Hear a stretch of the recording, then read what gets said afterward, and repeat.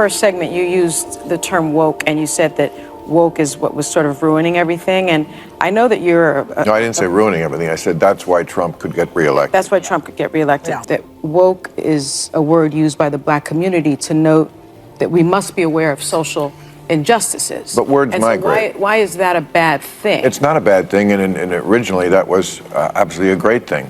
Alert to injustice. Who's not for that? But words do migrate. At all concerned about the fact that the International Criminal Court just today issued a subpoena for Bibi Netanyahu? Well, that's ridiculous. Bill Maher strongly disagreed with Sunny Hostin during a widely discussed exchange, delivering a series of sharp criticisms directed not only at her arguments but also at what he views as the excesses of modern progressive culture in Hollywood. His remarks were delivered with confidence, humor, and directness, leaving a lasting impression on many viewers.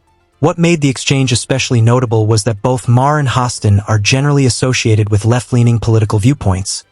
Yet Maher made it clear that he no longer agrees with every aspect of contemporary progressive activism and was willing to challenge it openly. Segment, you used the term woke, and you said that woke is what was sort of ruining everything. And I know that you're... No, I didn't say ruining everything. I said that's why Trump could get reelected. That's why Trump could get reelected. Maher's comments quickly sparked strong reactions across political and entertainment circles, with supporters and critics debating what his criticism says about broader disagreements within the political left.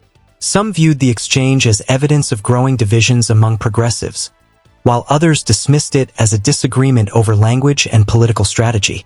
Whatever the interpretation, the discussion generated widespread attention and raised questions about the future direction of progressive politics and public debate. Doubt that I was right about the change that's happened in the left, watching people protest for a terrorist organization like Hamas, that straightened me up pretty quick. Bill Maher appeared on The View to promote his latest book, but what many expected to be a routine interview quickly developed into an intense political discussion.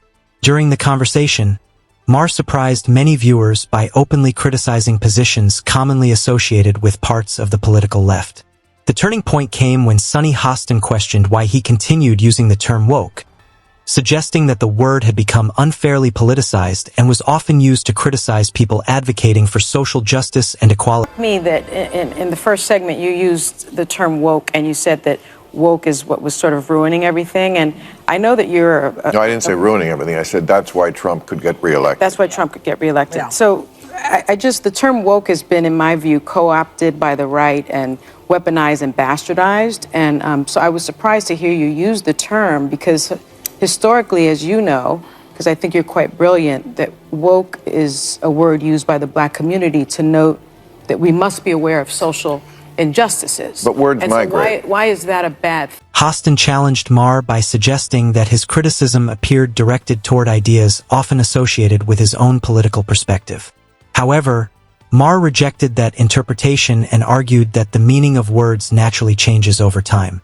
He maintained that his criticism was aimed not at the original meaning of the word woke, but at what he considers its more recent political and cultural associations. Rather than accepting the premise of the question, Maher redirected the conversation toward how language evolves in public debate. And originally that was absolutely a great thing. Alert to injustice. Who's not for that? But words do migrate. Now, I'll use any term you want. Okay. Because maybe that is a word that's triggering, and so let's not use that word. I don't know, want to call it the super far. Maher continued by explaining that words frequently develop new meanings as public conversations change. According to him, the term woke no longer carries only its original definition, but has also come to represent certain attitudes and behaviors that he believes deserve criticism. Hostin appeared to expect Maher to defend himself against accusations of inconsistency, but instead he argued that recognizing changes in language is essential for understanding modern political discussions and public discourse. Don't tell me that the left hasn't changed.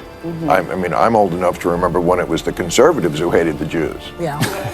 Okay? That was a joke. But, Too dark, too dark. Well, maybe it is, but it's true. I mean, you know, if I had any doubt that I was right about the change that's happened in the left, watching people protest for a terrorist organization like Hamas, that straightened me up pretty quick. Maher also discussed his concerns about reactions to the conflict involving Israel and Hamas. He argued that some activists on the political left had expressed views that he considered deeply troubling, particularly regarding Hamas. Maher stated that these developments caused him to reconsider aspects of modern progressive activism. While remaining politically liberal on many issues, he expressed concern about rhetoric that, in his view, failed to clearly distinguish between criticism of governments and support for extremist organizations. Astounding to me that they can't tell the good guys from the bad guys. I mean, just morally. I mean, let me tell you, if you're for Hamas, just live in Gaza for a day. And I'm not talking about while the war is on. I mean, before the war. Trust me, you would go running and screaming and begging to live in Tel Aviv, a place that has your values. Maher then compared democratic values and civil liberties in Israel with conditions in the Palestinian territories, particularly regarding women's rights and individual freedoms. He argued that many people criticizing Israel would likely find it difficult to live under legal and cultural systems that place greater restrictions on personal freedoms. According to Maher, this reflected what he viewed as a contradiction within some forms of contemporary progressive activism. His comments generated strong reactions from both supporters and critics. I mean, this is a show watched by a lot of women. Women have no rights in this place, and a lot of majority Muslim countries around the world. I mean, there is no equal rights as far as speech, dress, opportunities for education, reproductive rights, freedom from sexual violence, freedom from sexual harassment. The LGBTQ community. I mean, yes. That too. But you throw around the term apartheid. There is a gender apartheid in a lot of the world where women are second-class citizens. Continuing that argument, Maher suggested that similar concerns regarding women's rights and individual freedoms exist in a number of countries across the Middle East. He argued that people should examine conditions directly before making broad political judgments. During the discussion, Hostin and the panel emphasized concerns about innocent civilians affected by conflict, shifting the conversation toward the humanitarian consequences of war. The exchange became increasingly intense as both sides defended their perspectives. Concerned about the innocent civilians that have been collectively punished and murdered, largely children and women. And are you at all concerned about the fact that the International Criminal Court just today issued a subpoena for Bibi Netanyahu? Hostin then questioned why someone with Maher's long-standing liberal political views would criticize aspects of modern progressive activism so strongly. She also raised concerns about the humanitarian impact of conflict and the importance of protecting innocent civilians. Maher responded by arguing that criticism of political movements should not automatically be interpreted as support for violence. He maintained that disagreement over ideology should remain separate from broader moral judgments about an individual's character or intentions. Ridiculous, but it's a war. Why? It's a war. Because it's a war, and they were attacked, and they're defending themselves.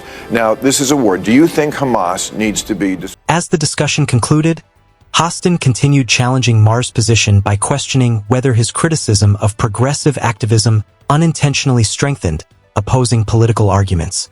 Maher responded that independent thinking sometimes requires criticizing one's own political side when necessary. He argued that open debate and honest disagreement are essential components of a healthy democracy.